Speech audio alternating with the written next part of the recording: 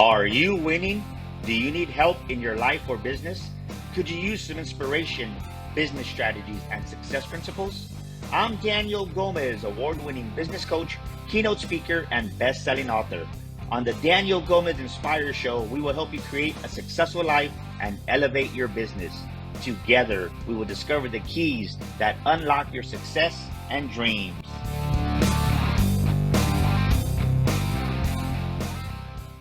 Welcome back to another episode of the Daniel Gomez Inspire Show, where we motivate you, we inspire you, and we educate you. And today, I tell you, I'm excited. We got an amazing, I'll say BA, right? Like the bad A, right? Because, I had the pleasure of meeting Otis at an amazing conference over a year ago, and we just kind of stayed connected. But what stood out with me when one of the conversations we had was he was a Green Beret.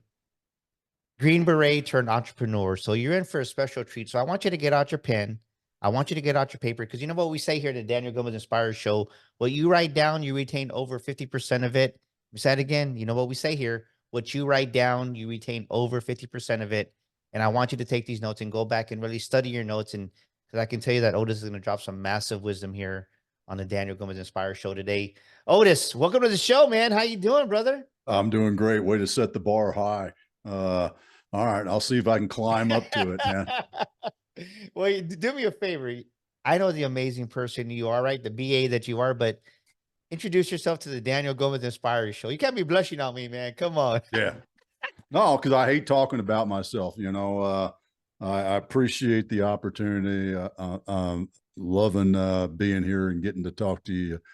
I grew up in Texas.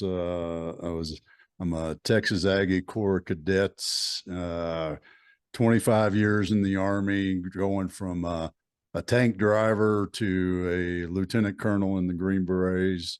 Been in business world now for about 15 years, focused on helping other people become great leaders, taking what I learned as a soldier and an officer in the Green Berets, and what I've learned in business, and sharing that with others so they can learn from my victories, failures, passives, and have more success for themselves. And, and I'll also share that, and I believe you met my beautiful Texas bride too, that when we met, we are 37 years and have 3 wonderful grown children, 1 grandson and 2 more grandkids on the way.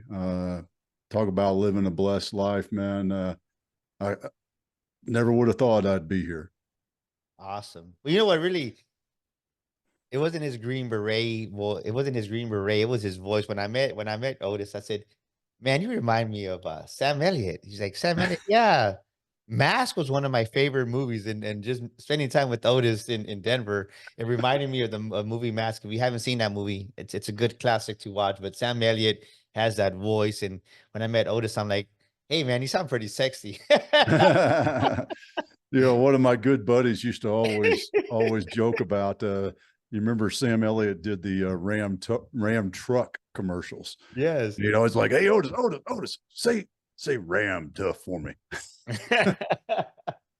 But man, I'm glad we're doing this episode, because I think right now in business, there's a lack of leadership. There's 2 problems that I see as I go and do my business coaching, whether it's at a small business level or corporate level. It's either it's the relationship they have with money and the economy, because people seem to shrink back in times of adversity, or they either expand and the business grows. And I think the businesses that go out of business is because of leadership. What do you see, right? I love the way you opened up. So I want to be genuinely, because I love your heart. You said, your successes and your failures. What are 2 failures that you've had, Otis, that have made you a better leader? Business. Yeah. Business wise, it was, this belief that I had, that I gained from somewhere, that, hey, I started a business. I wrote a book, and I sat on my front porch and waited for the line to form. And yeah, I'm looking out the window now. There's no line. It doesn't work that way, folks. That was the number one, and still is the number one lesson, is you got to go out and you got to talk to people. You got to show them, you got to teach them, you got to share with them, you got to help them, you got to listen to their stories and help them. It's not just about doing a post on social media or even a paid ad. None of that stuff works unless you have a plan to move forward. And so I guess what it really, to put that in a nutshell, is what's your plan? Is, you know, the plan can't be write a book. It can't be, you know, here's my post. What's the plan going forward that you're going to do to achieve the outcome that you want to achieve? It's easy to say, but folks, that takes a lot of heavy lifting and a lot of work, and stubbing your toe on the sidewalk a lot. So that's number one. Number two, I'll go back, you know, when I talk about leadership failure, it was early in my Army career as an officer, and I lost my cool on one of my soldiers, one of my subordinates. He was a team leader, and I lost my cool publicly. And to this day, that was, oh my gosh, 30 years ago, at least. Wow. More than 35 years ago. And I can taste it, still taste it in my mouth, because of how wrong, and how I knew better than to do that. But I allowed my emotions, my anger, to take over. And I regret it to this day. Nothing I can do about it, you know, once it's gone. And it's in my schoolhouse. You know, it is a lesson. I don't, you know, wear it as a weight or anything like that. I wear it as a lesson so that I don't do that again. Will I do that again? Heck, I never know. I hope I don't. I work hard not to do that. I've worked hard ever since that day, 30, gosh, it's like 35 years ago, to never do that again, because it's wrong. As a leader, it's wrong. I don't care how bad that guy screwed up. Nobody, no human deserves being dressed down in front of their team, their peers, in front of my peers or anybody else. Nobody deserves that. Nobody is ever worthy, deserving of that. There's so much wisdom in those two. So, ladies and gentlemen, think about what Otis is saying. Let's go deeper on number one. And I resonate with this because, right, we publish a lot of books for our clients, authors. And I love what you said, right? You published a book, you went and got the DBA or the LLC, and you're like, okay, well, where's the line at? And a lot of our authors, they think they want us, the publisher. Okay, well, what are you going to do to help me promote my book? Well, what are you going to do to help you promote your book? Because the truth is this, is the book, The Makings of a Millionaire Mind. Everywhere I go, I carry it with me. And one thing that I tell authors is you got to carry your book with you. You got to go out there and carry your book. Let people know that you have a book. Because if you just keep it in your purse or in your bag, no one's going to know.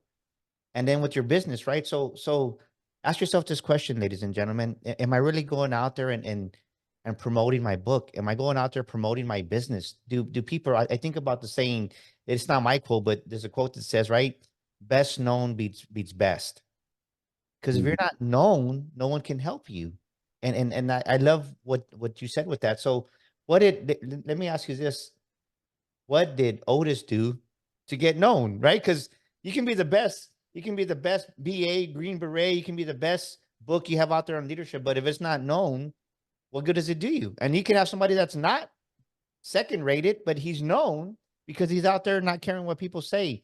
What did you learn about yourself in that moment of like, Yeah, that, you know, looking around, you look at, you know, I'll do a comparison of you know, myself to Jocko, or another good friend of mine who were much closer, Scotty Mann. And I'm like, well, how's he doing? How's he doing? And it's the infamous, and Dave Ramsey says this all the time, a 35-year overnight success. It is, nobody sees what you're doing behind the scenes. And that's where the true work happens. You know, it's the, all right, get in my truck, drive up to Denver, smile, shake hands, listen to their sob story, or hear something awesome and help somebody, all those sort of things, weighing through all that and going, okay, well, maybe next time that's not the way I'll do it. And you continue to work and tweak that organization. Yeah, I don't need to go to that networking thing. That's not really my crowd. So let me try this one. And you're doing all these things, posting on social media, the greatest free advertisement that you can have, creating content, all those sort of things all come to putting in the work, because there's no such Oh no, thing. no. I mean, You said yeah, something that was pretty powerful there, because yeah, I think you just dropped $1 million nugget, and people, I don't want people to miss this. Going to a networking event and realizing it's not your people. So let's go deeper on that, because that's a mistake that I think I did, because I wanted to be known. And the more and more my awareness grew, and I understood Daniel, right? Because I understood Daniel in the automotive industry. I understood Daniel running the dealership. I understood Daniel as a dad, but I didn't understand Daniel in business. And Daniel was saying yes to a lot of things he shouldn't have been saying yes to. What do you mean by going to networking events or business events that weren't for you? Let's go a little bit deeper there. That's it. yeah. That was powerful nugget. So I call it targeted networking. Uh, so in order to have targeted networking, you got to know who that you want to network with, who your niche is for your business. What is it? What does that guy do? What kind of business? What kind of size business? What kind of person is he? Does he have kids? Does he play golf? Does he hunt? Does he fish? Does he go to church on Sunday? You name it. And that's when you start to understand that, what you're targeting, then you can go look for those people. And the beauty of this is you can ask people. It's like, hey, Daniel, where do you know anybody that does dot dot dot dot? And you go, oh yeah, I know Joe. Joe, let me connect you with Joe. Joe may not be the guy that I need to that I want to work with, but Joe might have the connections to that guy. And that's what I call targeted networking. I know who I want to talk to, and I can identify who I want to talk to because I have that vision, that picture in my mind, and my mind picks up the indicators that I hear in conversations. But I've got to focus, because I'll shift this a little bit to part of my give back to my veteran tribe, and that's coaching guys taking off the uniform and moving into their civilian life. And one of the things I teach them is about this targeted networking, because in the military was things that I did. We targeted people, right? I mean, yeah, there were sites that we drop bombs on, but we wanted to get the people, because the people is how you stop things. And there's a whole nother thing about that. But the principle of it is how to do this. You know what a network looks like. That's the way you have to do your business. Who do I know? And the great sales question of who do you know who, right? I mean, that is for that referral. Who do I know that might do this thing? And where, even better, where's a group of them? How can I, and really to put it in, you put a bow on it and put it to where the ideal place I can be is, where are they grouped up and I can get on a stage and talk to them all at once. Ooh, that right there, that's the end state. As a services, as a leadership development guy, as a I want to help you grow your business sort of guy. That's what I want to be able to do. Is I want to get up on the stage and have 10 people, heck, sit at a table with 10 people, 100 people. Yeah, that's great. But usually if it's 100 people, they're not all in my niche. Maybe 10 out of that 100. But that's still good, right? Because now I'm talking to many at once, and they can sit there and go, just like you and I did. I remember when I still always remember when you gave that talk that Saturday morning. I'm sitting there in the crowd, and I was feeling sorry for myself because this woman behind me was pestering me about some physical problems I have, and I was not happy. I don't know if you picked up on it. I don't know if you remember that, but I was not happy. I was gritting my teeth, and you walked down the aisle and pointed and called me out and talked about me. And I was like, all right, All right. Thank you, brother. I'm feeling better already. And but that kind of connection that you have in a one to many, that's what we should all strive for. And that's what targeted networking really is. You know, I also, you know, I'll tell back to my vets that I'm helping transition. I tell them your end state is to have a cup of coffee, sit across the table from the guy that's going to be your hiring manager before he knows it. That's ideal end state. And that takes a lot of work because we have to make some assumptions. We have to put together a plan, and we have to go out and meet people, and we have to go to an event that we find out, whoop, yep, ain't got to take that one off the list for next month. Ain't got to go to that again. Right. Well, I love what you're saying because I remember walking down the aisle, but I don't remember walking up to be on in honesty. But listen to what the wisdom that Otis is saying. Maybe your business isn't growing. You don't have the exposure that you want. You're not known because you're still speaking one to one. What does that mean? Okay, we'll just say there's 40 hours in a work week, and ideally you can't meet with everybody every hour because if you do, you're going to overlap. So we'll just say realistically, you have the capacity to meet with 20 people in a week, realistically. So, and then we'll just say the conversion rate is 15% if you're a decent conversion person. So out of 20, 15%, 3 or 4. But what Otis is saying is speak one to many.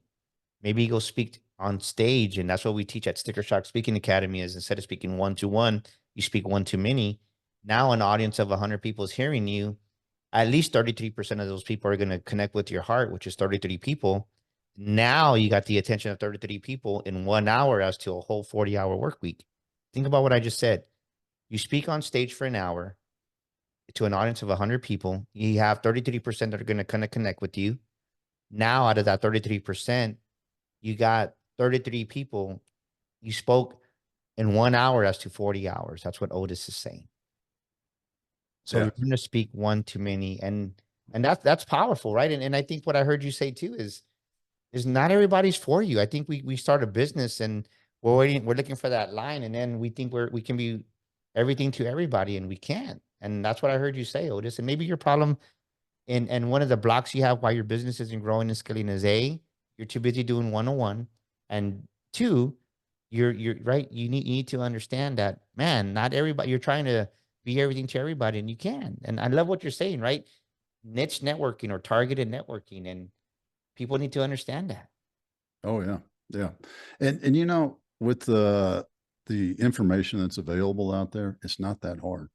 You know, you can mitigate, you know, to use risk as the analogy here, you can mitigate the risk of going to the wrong networking event just by doing a little bit of research. You spend a little bit of time, just like we should always do before we get on a call with a client or somebody in our funnel. We got to do a little bit of research. Who is this person? Why am I talking to them? What do they need? Where are they coming from? So that we have that, we can do the same thing. It's okay. Okay. So what am I like? I mean, if we want to help in that discovering that niche, well, it's who do I like to be around? Well, guess what? Hold up the mirror, look at yourself. Because the reality is we like to be around people that are like us, that have similar values that we have. If our values align, that's why Daniel and I were like, okay, yeah, cool, dude. Yeah, let's talk, let's hang out, right? Because our values align. That's the fundamental function. And when you start looking at people you want to work with, dude, if your values don't align, you're going to feel dirty every time you work with that person. I don't care how much money they're paying you. You will never feel it'll just feel like it'll And you know drain what's you. interesting with you saying that? It's like if you were to see Otis and myself at a conference side by side, you're like, they don't even align, right? Otis is a cowboy, Green Beret BA, right? He is, and I'm probably wearing my T-shirt that says "Millionaire Mind," and they're like, one's a cowboy, like no, one's a cowboy, one's a rocker, like whatever, right? I just the analogy, and I'm like, but it's the inside that counts, Otis, and I think that's what people miss is the values. Are you aligning yourself with networking people? Are you aligning yourself with people in business that are in alignment with you that have the same core values? And And I love that you're saying that, because I think people miss that. They look at the outside and like, oh, nah, I don't like the way he looks, or yeah. But what's the story inside of them? What are their values? I like that. I Yeah. love that you said that. Yeah, because the way we see the world is a reflection of ourselves, right? And if you don't understand what your values are, if you cannot define your values clearly, then you're constantly just kind of going through the motions. And I have one of the biggest things I've learned, and you know, the beauty of doing what I do and what you do is the more you help others, the more you help yourself. Because you know, and I can't remember who said it. I don't remember if it was a Stoic thing or somebody else, but you know, to teach it is to truly know it. And if you're helping others through your actions, you're learning, like those lessons I mentioned. You know what? You know how well I've learned those lessons because I help other people not make those same mistakes from the lessons and experience that I have. I know those lessons. I Yeah. deeply, deeply understand them. And when I'm helping a client understand them, guess what? I'm also gaining their story of how they're overcoming a problem set in that same way, whether it's their business growth or a leadership problem set or relationships or whatever it may be. I learned that deeper myself because now I'm hearing their story of overcoming or struggle and then helping them through my stories of overcoming the struggle. Are you an aspiring speaker? Do you have a book that you've been wanting to write for months, maybe even years? Or are you an aspiring podcaster? You want to start that podcast like the Daniel Gomez Inspire Show and don't know where to start? Well, at Daniel Gomez Enterprises, we can help you do all three. We can help you become that paid speaker, share your story to the world, write your book, and get your podcast launched and help you produce it. We'd love to help you. Give us a call at 210-663-5954. That's 210-663-5954. We can help you become that paid speaker, write that book, and launch your podcast. We'd love to hear from you. Give us a call now. And I don't want to forget lesson number 2 that you gave, because I've made some mistakes in that category.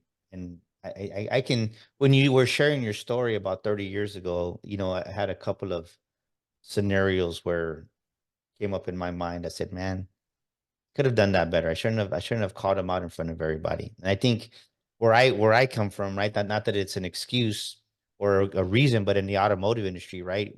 It can be pretty blunt. The old, I think now that there's CSI and automotive and it's totally different because they actually grade the dealership now. But back in the day when I started back, it was like, it was raw, right? It was the old car dog mentality. And you call people out, like the way some managers talk to our old team. I'm like, right? HR would be hearing a lot in today's market, but you know, that's the way I learned business in the automotive, and I was guilty of that many times.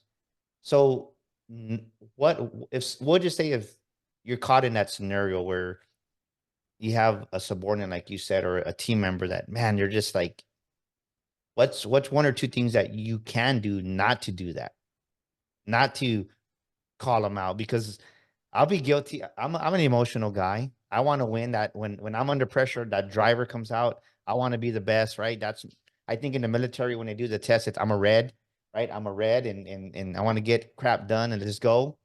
But sometimes you don't realize that, okay, it's at the cost of people. Yeah. Yeah. Talk to us about that. Well, situational awareness, self-awareness, those two are critical. And then when you do it and you make that mistake, because everybody does, just like I said, I mean, look at where I am now compared to where I was, but I will still screw it up because I'm human. But the trick is when you screw it up, be aware you screwed it up. And what we're going to do is we're going to, by being aware of it, by having that reflection moment, we're going to change from flash reaction to bang, you know, or not really bang, wrong metaphor there, but hey, what did I do? And we're going to shorten that. and we're going to cart, but because we're taking was like, dang, I didn't like the way I did that. Okay. Well, don't do it that way next time. All right. I won't do it that way next time. So now, bang, I do it. Crap. Half hour later, I realized I did it again. Okay. Now now I see, okay, I did it. Here's the situation that I came into. Here's the indicators. I'm getting back into that situation again. And bang. Whoa. Dang it. I'm sorry I did that. Sorry, I just said that. You see how what we're doing? Till we get to the point where now my flash is happening before the bang. So now I said, oh crap, that guy really screwed up. That really pissed me off. And I just went, hold on.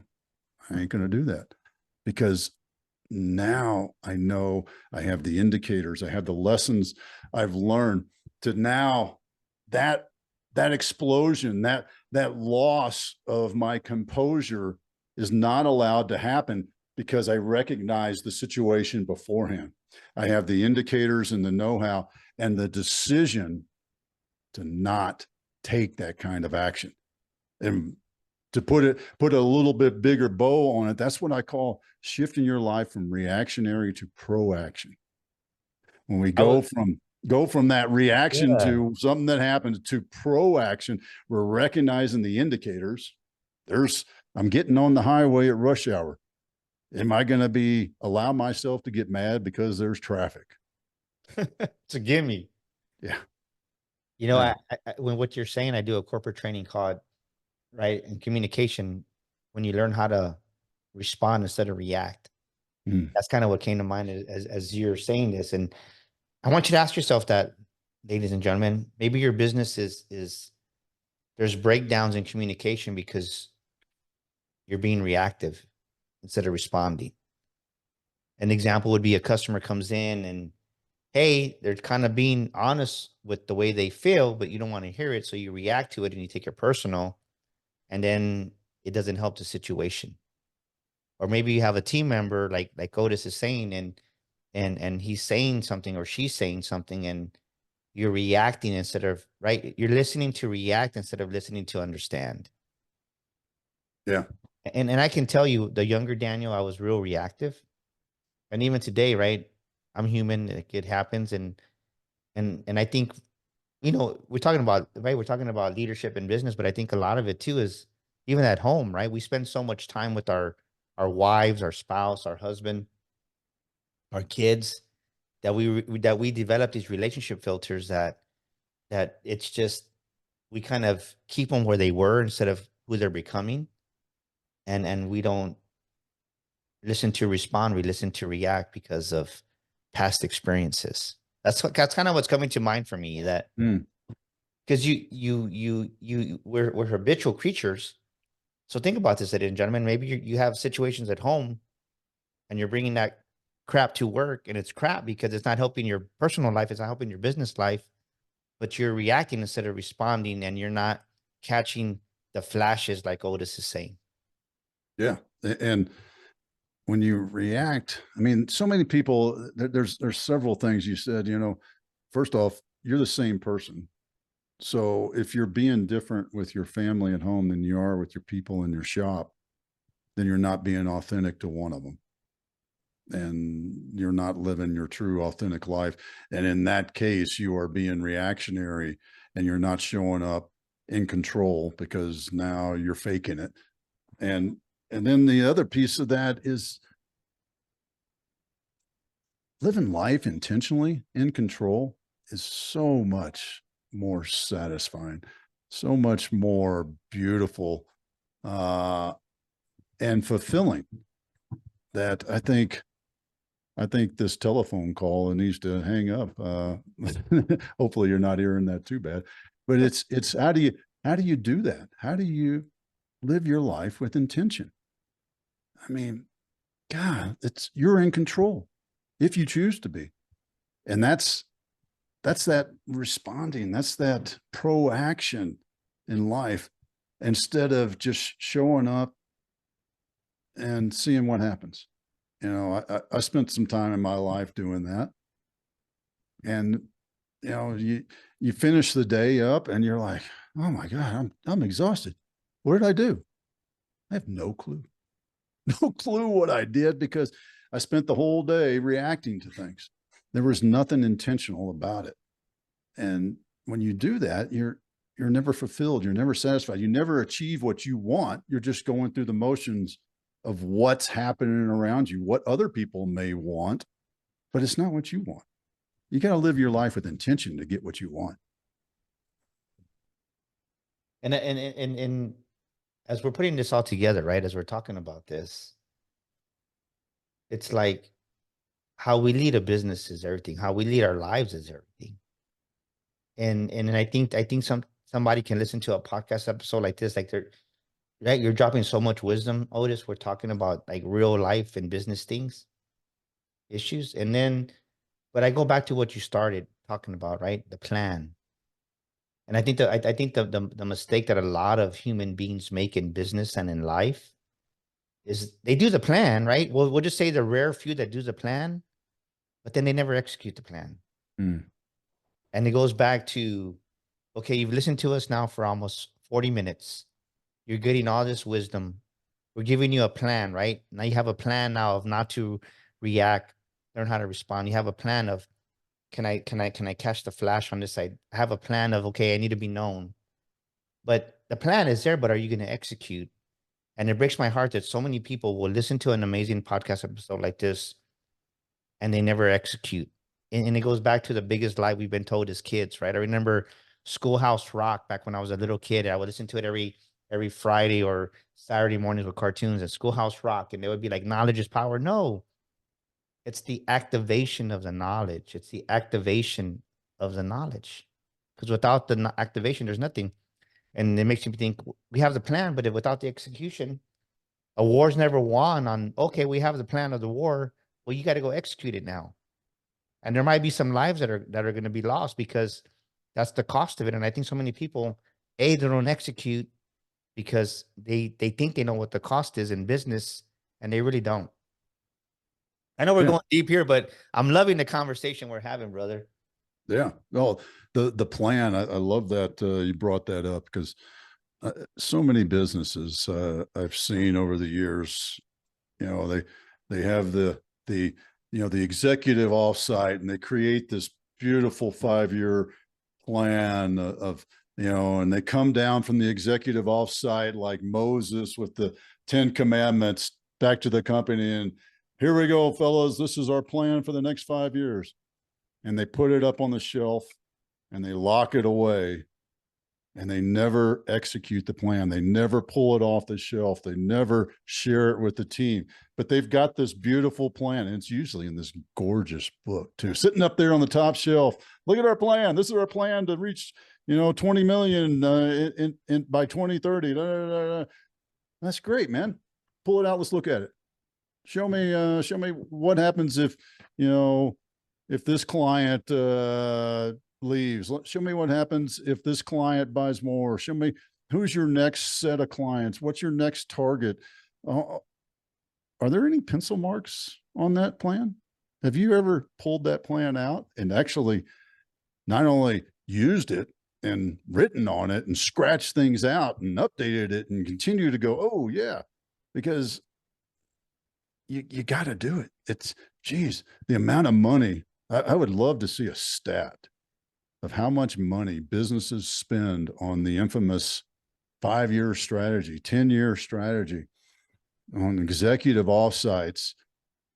And they come down from the mount, with the plan and it just sits there. I mean, think about it. Yeah. Think about it.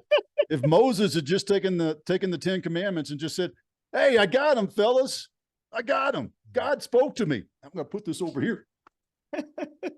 Well, so think about what, and I'm laughing because this is what comes to mind, is what you're saying, right? So maybe you're thinking, right, I don't have a corporation, but I'm going to tell you what's relatable to you. What's your mission and what's your vision? What's your mission, what's your vision, and what's your next big milestone in business? And most business owners don't have a mission statement, they don't have a vision statement, and they don't even know what the next milestone is. And I think, right, because you're listening to Otis talk about, well, I'm not a corporation. I don't have a Fortune 500, 100. Great. But you do have a small business. You should have a mission statement, you should have a vision statement, and you should have milestones that you have every quarter at least, if not every 6 months. And I say this because we have an idea as a business owner, like the corporate people coming down.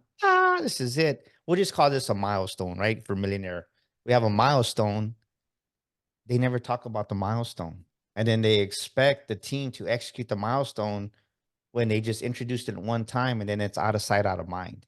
Mm-hmm. And I truly believe that you got to talk, right? What you talk about, you bring about, especially in business. How important is it to communicate those 5-year strategy plans, those milestones, whatever it is that you want your team to execute on? Like, what do you feel they should? How often should they communicate that? I think it's a lot, but I want to hear your perspective on this. Oh, it's all the time. I mean, it has to be talked about all the time. And here's the way I like to break it down is if I've got a vision, then I can take my vision and I can break it into goals.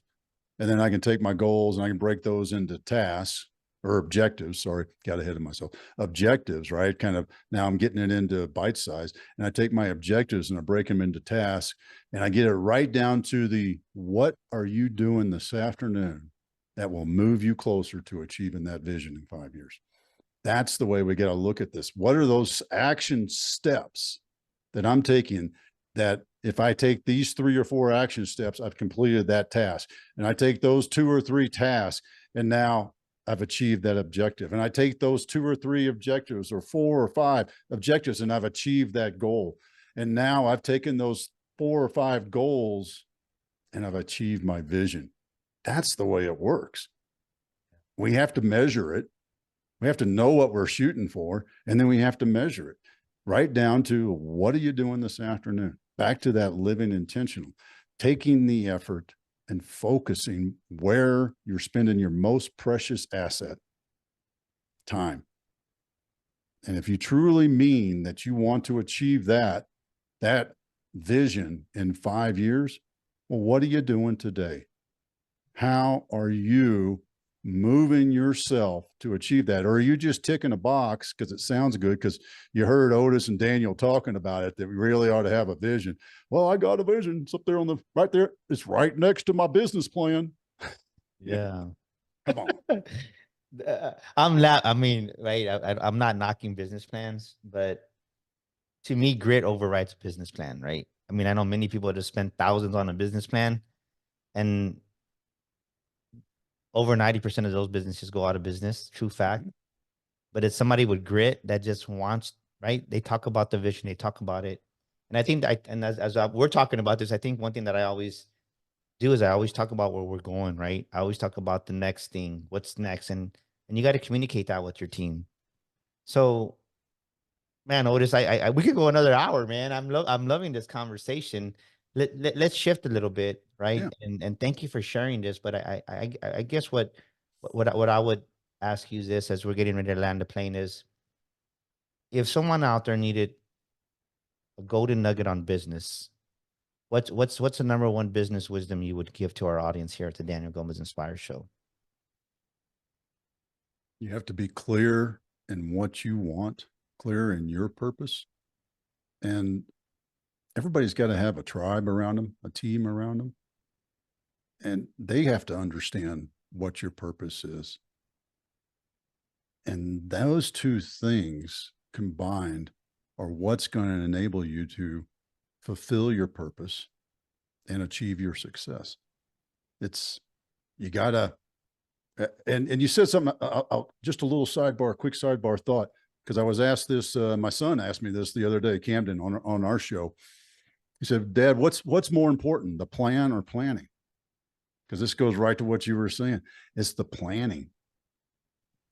And the plan, if you never write it all down, but you've talked it through, then we've still got a plan and we've talked it through. You gotta put the work in. You have to put the legwork in. You have to spend the time. You have to do the heavy lifting. You have to go through the grind.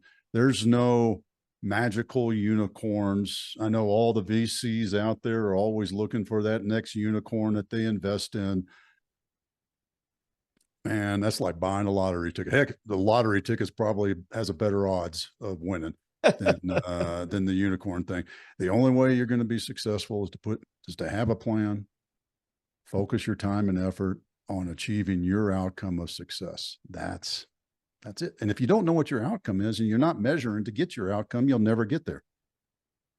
So I know I just threw a whole bunch of stuff back No. at you in that to answer that one thing. There was about 17 there. I think there was. No, but it's things that it's not things, it's wisdom, business wisdom that business owners need to think about. And it breaks my heart because, right, just I've been in business coaching, right? I've been in business myself. I've had 100 employees. I understand business. I understand quote. I understand marketing. But a lot of these younger business owners, they have an idea and they never really developed a business thinking of it. And I'm glad that we had a chance to share that here on the show and really just go a little bit deeper of, man, maybe one of these ideas can help them because maybe they bought into the myth. I printed my book, right? Maybe they didn't have DG Publishing as their publisher. Now I'm ready, right? No, like you gotta carry your book with you all the time. Or maybe they got the LLC. Okay, maybe you're a retail store and you're at a small shopping center. Okay, well, what are you doing? Are you going like Goda said?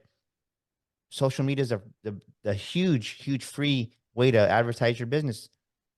Talk about it on your. You know what breaks my heart is people say, "Well, it's my personal page. I don't want to talk about what I do in business." Like people say that. I mean, people say nonsense like this, and it's nonsense. But I can go on a rant for that forever. But going back to our conversation is, what is a scripture or a quote that you rely on, Otis, on times of adversity? What is a scripture or a quote that you rely on times of adversity? The Stoic quote, and if I remember right, it's Epictetus who said this. And Marcus Aurelius has a derivative now that I'm coming to it. But if you want to be a writer, write. If you want to be a great man, then start. I mean, that right there is the essence of life. There's, and when I say be a writer, write, that means that applies to anything. You want to be a business owner, then own a business. Okay. If you want to be a speaker, then speak. If you want to help people, then help. It is that simple, folks, but that takes hard work on your part to do it. And I think that those remind me each and every day. It's a very simple thing, but it is just, Nike's unbelievable marketing campaign from years ago of just do it. That's where it comes from. Is if you want to do it, just do it. You know what Quit you made talking me think about of? it. You made me think of was like this podcast. Like, believe me, there's weeks or days that I don't want to do a I mean, I don't feel like, right. You just like, man, but Tuesdays are day for podcasting. But I've been showing up going on over 4 years. We have over 200 plus episodes, but I share that with you, ladies and gentlemen, because it's being consistent and showing up when you don't feel like showing up. It's doing the things that you don't feel like doing, but you do them anyways. And when you said that, right? If you want to be a writer, write. But the truth is this is you keep writing. And so many people start writing notice and they don't get the result they want. They don't get that instant gratification. And then they stop writing. Mm-hmm. And they say, oh, this doesn't work. No, you didn't write long enough. Or right, you want to be a man, start. Well, character isn't built overnight, and I know that. I've broken some wine bottles and it is what it is, right? I mean, it's all honesty because as you're going through the metamorphosis from the caterpillar to the butterfly, there's some cold, dark places there that you get lonely and you start questioning yourself. Man, I've enjoyed this. How come it took us 2 years to get here, Otis? Right? You There's said a I good walked up to question. you. How does Yeah. somebody get a hold of you? Sam Yeah. Elliott, if they want to talk to you. It's Otis Yeah. McGregor. I'm sorry. I said Sam because Yeah. if you missed So, the first part of the episode, yeah. I said Otis reminds me of Sam Elliott. Yeah. So, yeah, don't go to Sam Elliott looking for Otis. But You can find me on LinkedIn, Otis McGregor, pretty easy. If you want to learn more about how we help individuals and businesses grow their leadership, that's 10xyourteam.net. The number 10 and then X, like you're multiplying, team.net. And then you can also, which you will see, I'm putting him on the spot right now, Daniel, on our podcast, 10X Your Team with Cam and Otis, in the near future, because we will set that up. You can guarantee that, folks, because that'll be a lot of fun also. So you can also find us on YouTube for that also, 10X Your Team with Cam and Otis and 10xyourteam.net. I love it, my brother. When we'll put all that information on the show notes, ladies and gentlemen, and think about what we talked about today. Think about A, do you have a plan? And B, are you executing that plan? And are you even letting yourself be known in business? I think there was so many wisdom. And I think for me, what stuck out too is right. I mean, do you have these big old milestones, these big old goals, and you have them in this big old beautiful gold binder, and all they're doing is collecting dust because you're not talking about it. So much wisdom, Otis. Thank you, my brother, for being a great, great guest this week. And you, ladies and gentlemen, thank you for making us one of the top podcasts around the world globally.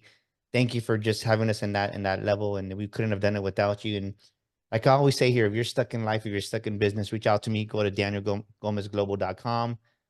We want to see you here. You see behind me, the Millionaire Mind Bootcamp. And next one's going to be November 22nd, 23rd here in San Antonio. Go to Eventbrite. Get your ticket. You don't want to miss this, or give us a call directly at 210-663-5954. That's 210-663-5954. We'll get your seat reserved. And share this episode with a friend, because I can guarantee you there was a lot of business wisdom that was solved. And better yet, go to Audible or Amazon and get a copy of our book. Until next week, we love you, and we'll see you here on the Daniel Gomez Inspire Show with another amazing guest. This is Daniel Gomez Inspires, and thank you for listening to our show today. Please share this episode with a friend, leave us a review, and subscribe to our show. And for listening to our show today, I want to give you a free gift. I want to invite you to our Millionaire Mind community. Text the word millionaire, that's millionaire, to 210-942-5059. Yes, join our community today and receive millionaire affirmations, inspirational quotes on a weekly basis. That's 210-942-5059. Text the word millionaire today and join our community. And once again, thank you for listening to our show.